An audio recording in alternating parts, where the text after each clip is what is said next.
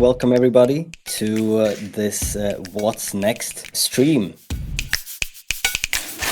How did you guys meet each other?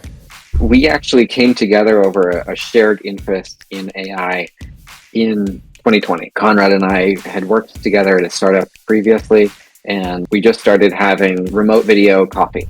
What was your biggest challenge during this program? Not do too much to really focus on the right thing and the right task at the right moment. To find a developer who works with us on this project and share the same vision as our team.